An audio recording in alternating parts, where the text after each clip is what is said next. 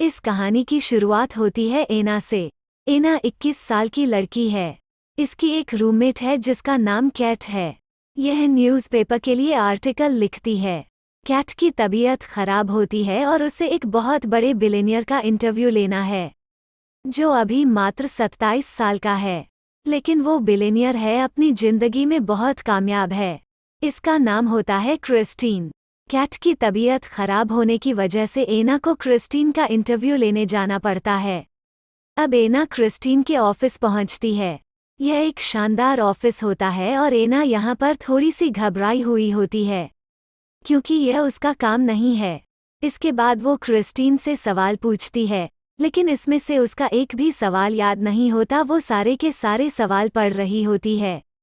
Christine उसके सारे सवालों के जवाब नहीं देता, क्योंकि उसमें कुछ ऐसे सवाल होते हैं जिनके जवाब क्रिस्टीन नहीं देना चाहता है। उसमें से एक सवाल यह भी होता है जिसमें एना उससे पूछती है कि क्या आप गे हैं। क्रिस्टीन कहता है कि नहीं, मैं गे नहीं हूँ। एना कहती है कि माफ़ करना, यहाँ पर जो लिखा है मैं बस पढ़ रही हूँ। हालांकि क्रिस्टीन ने उससे मात्र 10 मिनट दिए होते हैं, लेकिन 10 मिनट पूरे होने के बाद भी वो उससे बात कर रहा होता है, क्योंकि कहीं ना कहीं वो उसकी मासूमियत से, उसकी सुंदरता से अट्रैक्ट होता है। क्रिस्टीन एना से कहता है कि तुम ऐसा सवाल क्यों नहीं पूछती जो तुम जानना चाहती हो। एना ने उससे पूछा कि अभी अभी आपने बताया कि कुछ लोग हैं जो आपको अच्छे से जानते हैं, लेकिन मुझे ऐसा क्यों लगता है कि आपको कोई भी नहीं जानता। इस बात से क्रिस्टीन एना से इम्प्रेस हो जाता है। उसी समय उसके सेक्रेटरी आती है और कहती है कि आपके अगली मीटिंग का टाइम हो गया। लेकिन क्रिस्टीन एना से और बात करना चाहता है। वो उससे पूछता है कि तुम ग्रेजुएशन के बाद क्या करना चाहती हो। एना कहती है कि मैं यहाँ से सीएटल में शिफ्ट होना चाहती हूँ। क्रिस्टीन उससे कहता है कि हमारी कंपनी में तुम्हारे लिए एक इंटर्नशिप का ऑफर है। लेकिन एना कहती है कि मुझे नहीं लगता कि मैं यहाँ पर कर पाऊंगी। जब वो वहाँ से जा रही होती है तो क्रिस्टीन कहता है कि मुझे लगता है कि तुम्हारे सवालों के जवाब तुम्हें मिल गए होंगे। एना क्रिस्टीन से कहती है कि आपने तो सिर्फ 4 सवालों के जवाब दिए हैं। क्रिस्टीन उससे वो पेपर ले लेता है जिस पर सारे सवाल लिखे होते हैं, और एना वहाँ से चली जाती है। एना जब केट पास पहुँचती है तो वो उसे कहने वाली होती है, क्योंकि उसने सिर्फ 4 ही सवाल के जवाब दिए हैं। लेकिन उसके बोलने से पहले केट कहती है कि तुमने बहुत अच्छा काम किया। अभी अभी क्रिस्टीन का मेरे पास ईमेल आया, उसने सारे सवालों के जवाब दे दिए हैं। केट उसे पूछती है कि तुम्हें क्रिस्टीन कैसा लगा। वो कहती है कि वो काफ़ी अच्छा था, सभ्य, समझदार था। अबे एना कॉलेज के साथ साथ एक हार्डवेयर की दुकान पर काम भी करती है। जब अगले दिन वो काम पर जाती है तो वहाँ पर क्रिस्टीन भी आता है। वो उसकी दुकान से बहुत सी चीज़ें लेता है।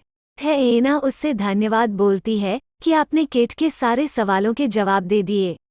वो बहुत खुश थी, लेकिन उसके पास आपकी कोई क्लियर फोटो नहीं है, इसके लिए वो परेशान है। क्रिस्टीन बोलता है कि कल मैं आसपास ही रहूँगा, अगर वो चाहे तो मेरा फ़ोटो ले सकती है। वो एना को अपना फ़ोन नंबर देता है। वो कहता है कि कल मुझे तुम फ़ोटो के लिए फ़ोन करना। अगले दिन केट, एना और इनका एक दोस्त क्रिस्टीन की फ़ोटो खींचने के लिए जाते हैं। फ़ोटो सेशन के बाद क्रिस्टीन एना के साथ कॉफ़ी पीने जाता है, और अब धीरे धीरे इनकी दोस्ती आगे बढ़ रही है। क्रिस्टीन एना से उसके फैमिली के बारे में पूछता है। एना बताती है कि मेरे पिता बचपन में ही गुजर गए थे। उसके बाद मेरे सौतेले पिता ने मुझे पाला। वे बहुत अच्छे हैं, मुझसे बहुत प्यार करते हैं। लेकिन मेरी माँ की अभी 4थी शादी है।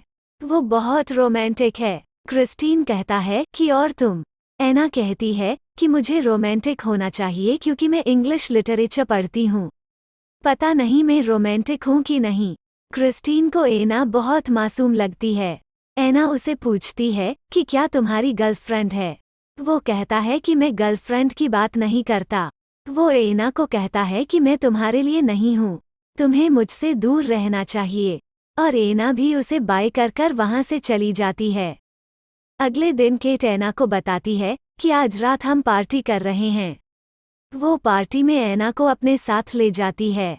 एना वहाँ पर बहुत ड्रिंक कर लेती है, और तभी क्रिस्टीन का कॉल आता है।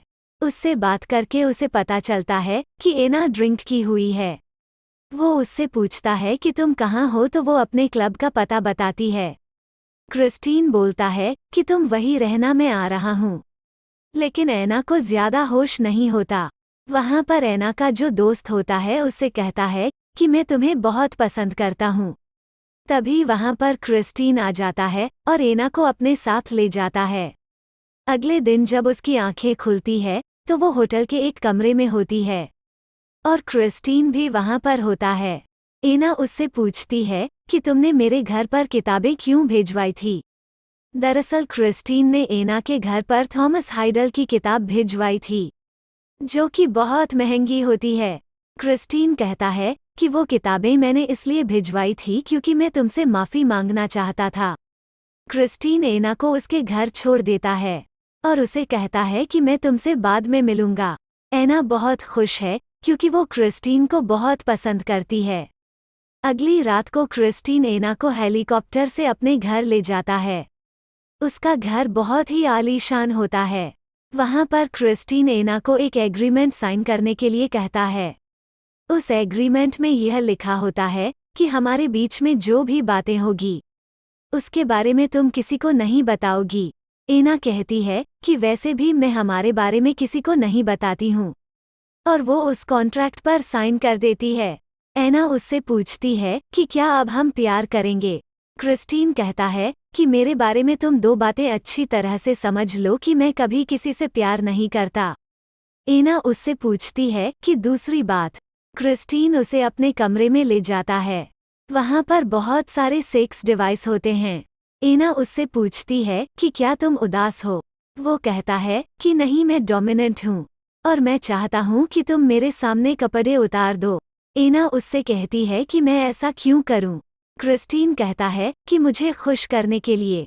अगर तुम मुझे खुश करोगी तो मैं तुम्हें इनाम दूंगा। एना उसे पूछती है कि अगर मैं खुश ना कर पाई तो क्रिस्टीन कहता है कि तुम्हें सजा मिलेगी। क्रिस्टीन एना को कमरा दिखाता है, बोलता है कि हमारे बीच अगर सब कुछ सही रहा तो यह कमरा तुम्हारा हो जाएगा। क्रिस्टीन कहता है कि कुछ भी करने से पहले तुम्हें एक और कॉन्ट्रैक्ट साइन करना होगा। उसमें बहुत सारी शर्तें हैं। अगर तुम्हें वो सारी शर्तें मंजूर होंगी तभी हम आगे कुछ करेंगे। बातों ही बातों में क्रिस्टीन को यह भी पता चलता है कि एना कभी भी किसी लड़के के क्लोज नहीं गई। इस बात से वो बहुत प्रभावित होता है। अब दोनों पूरी रात मस्ती करते हैं। दोनों कुछ दिन साथ रहते हैं और खूब मस्ती करते हैं। इसी दौरान क्रिस्टीन की माँ घर पर आ जाती हैं। जब वो क्रिस्टीन को एना के साथ देखती हैं तो उन्हें बहुत खुशी होती है, क्योंकि इसके पहले उन्होंने कभी भी क्रिस्टीन को किसी लड़की के साथ नहीं देखा। वो एना से मिलकर बहुत खुश होती है और उसे अपने घर पर आने के लिए इनवाइट करती हैं। क्रिस्टीन के माँ के जाने के बाद एना क्रिस्टीन के सारी शर्तों को मना कर देती है, जो उसने उससे एक रात पहले कही थी। दरअसल वो उसके सामने समर्पित नहीं होना चाहती, इसीलिए वो उसके एग्रीमेंट को मना कर देती है। क्रिस्टीन एना को घर छोड़ने के लिए जाता है। रास्ते में क्रिस्टीन एना को यह भी बताता है कि उसका पहला फिजिकल रिलेशनशिप उसकी माँ के दोस्त के साथ हुआ था, जब वो 15 साल का था। उनका रिश्ता 6 साल तक रहा और अब वो नॉर्मल दोस्तों की तरह बात करते हैं। एना अपने घर चली जाती है। इसी बीच क्रिस्टीन एना को बहुत सारे गिफ्ट भेजता है। वो चाहता है कि एना उसकी बात को मान जाए। एना उसके कॉन्ट्रैक्ट को पढ़ती है। उस कॉन्ट्रैक्ट में बहुत सारी अलग अलग शर्तें, अलग अलग बातें होती हैं। इन शर्तों को पढ़ने के बाद वो निर्णय लेती है कि वो क्रिस्टीन से रिश्ता नहीं रखेगी, क्योंकि इस रिश्ते में प्यार नहीं है, जिसमें एना को सिर्फ दर्द मिलेगा। एना क्रिस्टीन को एक मेल करती है। मेल पढ़ने के बाद क्रिस्टीन एना के घर आ जाता है। वो घर पर अकेली होती है। एना क्रिस्टीन को सच में बहुत पसंद करती है, लेकिन उसकी जो शर्तें होती है वो उसे मंजूर नहीं होती है। क्रिस्टीन किसी के साथ भी फिजिकल रिलेशनशिप बनाता है, लेकिन वो उसके साथ सो नहीं सकता है। यह उसका रूल है। वो वहां से चला जाता है। इसके बाद दोनों की चैटिंग होती है। चैट में एना लिखती है कि मैं इस कॉन्ट्रैक्ट पे साइन करने के लिए तैयार हूँ, लेकिन इससे पहले मैं एक ऑफिशियल मीटिंग चाहती हूँ। इन दोनों के बीच में एक ऑफिशियल मीटिंग होती है। इस मीटिंग में क्रिस्टीन और एना उन सारे बातों को डिस्कस करते हैं। एना बहुत सारे पॉइंट को हटवा देती है क्योंकि वो बहुत पेनफुल होते हैं। क्रिस्टीन फिर से हटा देता है, लेकिन अभी भी एना उस कॉन्ट्रैक्ट को साइन नहीं करती है। क्रिस्टीन एना को बाहर छोड़ने जाता है। वहाँ पर एना की गाड़ी भी होती है जो कि बहुत नॉर्मल होती है। दरअसल एना क्रिस्टीन को यह बताना चाहती है कि वो बहुत ही साधारण परिवार से आती है। एना वहाँ से चली जाती है। एना ने अभी तक एग्रीमेंट को साइन नहीं किया है, क्योंकि वो समझ चुकी है कि इन दोनों के बीच में जो रिश्ता है वो रोमांटिक नहीं होगा। एना कई दिनों तक क्रिस्टीन से नहीं मिलती है। एना का ग्रेजुएशन फाइनल का दिन आता है। यहाँ पर क्रिस्टीन को एक स्पीकर के तौर पर बुलाया जाता है। यहाँ पर एना और क्रिस्टीन की बातें होती हैं। यहाँ पर क्रिस्टीन एना को एक गाड़ी भी गिफ्ट करता है। हालांकि एना नहीं लेना चाहती है। क्रिस्टीन उसकी पुरानी गाड़ी को अपने ड्राइवर को बोलकर बिकवा देता है। लेकिन अभी भी क्रिस्टीन के व्यवहार से एना बहुत ही दुखी है, डिस्ट्रैक्ट है। और जब एना के माँ का कॉल आता है तो वो देखती है कि उनकी बेटी परेशान है। इसलिए उनकी माँ एना को अपने पास बुला लेती है। अगले दिन क्रिस्टीन एना को अपनी फैमिली से मिलवाने के लिए जाता है। वहाँ पर वो सबके साथ डिनर करती है। डिनर के बाद क्रिस्टीन उसे अकेले में ले जाता है और उससे कहता है कि तुम सिर्फ मेरी हो। एना कहती है कि मैं तुम्हें समझ नहीं पा रही हूँ। तुम मुझे अपने आप को छूने क्यों नहीं देते हो? तुम ऐसे क्यों हो? मैं भी तुमसे प्यार करना चाहती हूँ। क्रिस्टीन के शरीर में बहुत सारे जलने के निशान होते हैं। जब एना पूछती है तो क्रिस्टीन बताता है कि जिस महिला ने उसे जन्म दिया वो एक वेश्या थी। जब वो 4 साल का था तो उसकी मौत हो गई। दरअसल क्रिस्टीन ने अपनी जिस मॉम से मिलवाया होता है वो उसकी अपनी माँ नहीं होती हैं। वही एना की अब ग्रेजुएशन पूरी हो चुकी है, इसीलिए वो हमेशा के लिए सिएटल से जॉर्जिया जा रही है, जहाँ उसकी माँ रहती हैं। वो जॉर्जिया चली जाती है। जॉर्जिया जाने के बाद क्रिस्टीन को एना बहुत याद करती है। क्रिस्टीन भी एना को बहुत मिस करता है और क्रिस्टीना एना से मिलने के लिए जॉर्जिया जाता है। यह दोनों यहाँ पर बहुत अच्छा टाइम स्पेंड करते हैं। क्रिस्टीन एना को अपने प्राइवेट ट्रेन की सैर भी करवाता है, लेकिन इसके बाद क्रिस्टीन के ऑफिस से कॉल आता है जिसकी वजह से क्रिस्टीन को जॉर्जिया से सिएटल वापस आना पड़ता है। लेकिन अगले दिन एना भी जॉर्जिया से सिएटल वापस आ जाती है और वो क्रिस्टीन से मिलने उसके घर जाती है। एना क्रिस्टीन से प्यार करती है। हालांकि क्रिस्टीन भी प्यार करता है लेकिन एक्सेप्ट नहीं करता। उसके साथ अपनी कुछ प्रॉब्लम है, उसकी अपनी कुछ शर्तें हैं और इन दोनों के बीच में एक बार फिर से सेक्सुअल इंटरकोर्स होता है और यह सब उसी तरह से होता है जिस तरह से क्रिस्टीन चाहता है। वो एना को अपने आप को टच नहीं करने देता है।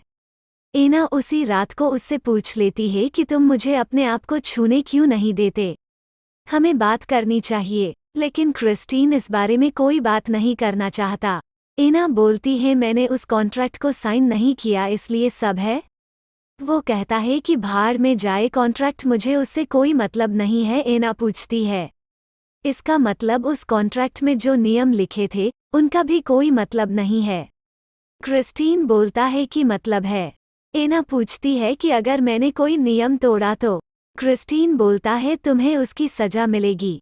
एना बोलती है तुम मुझे सजा दो, मैं देखना चाहती हूँ कि तुम मुझे कौन सी सजा देते हो।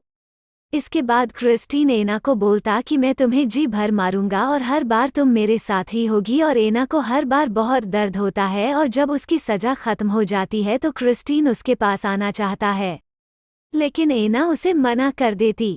एना कहती है कि मेरे पास मत आना, क्या तुम यही चाहते हो? मुझे इस हालत में देखकर तुमको संतुष्टि मिलती है। क्रिस्टीन के पास इन सब बातों का कोई जवाब नहीं होता। दरअसल उसके साथ उसकी कुछ साइकोलॉजिकल प्रॉब्लम होती है जिसके बारे में अभी भी एना को कुछ समझ में नहीं आया और एना वहाँ से चली जाती है। एना जब अपने रूम में होती है तो क्रिस्टीन वहाँ पर आता है। एना क्रिस्टीन से बोलती कि मेरे साथ फिर कभी ऐसा मत करना, मैं वो नहीं हूँ जो तुम चाहते हो। क्रिस्टीन बोलता कि तुम सब कुछ हो। एना उसे रोते हुए कहती कि मुझे तुमसे प्यार हो गया है।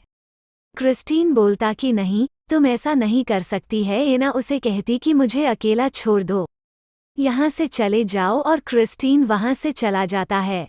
अगली सुबह एना अपने घर जा रही होती है और वो क्रिस्टीन को बोलती है कि मुझे मेरी कार वापस चाहिए।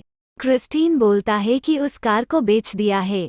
एना बोलती है कि उसके जितने भी पैसे मिले थे वो मुझे चाहिए, और इसके बाद एना वहाँ से जाती है। क्रिस्टीन उसके पास आने की कोशिश करता है, लेकिन एना मना कर देती है, और इस तरह से यह दोनों अलग हो जाते हैं। हालांकि बाद में यह दोनों एक दूसरे को याद करते हैं, लेकिन अब इनके बीच में कोई बात नहीं होती, और इसी के साथ यह कहानी यहीं पर ख़त्म हो जाती है।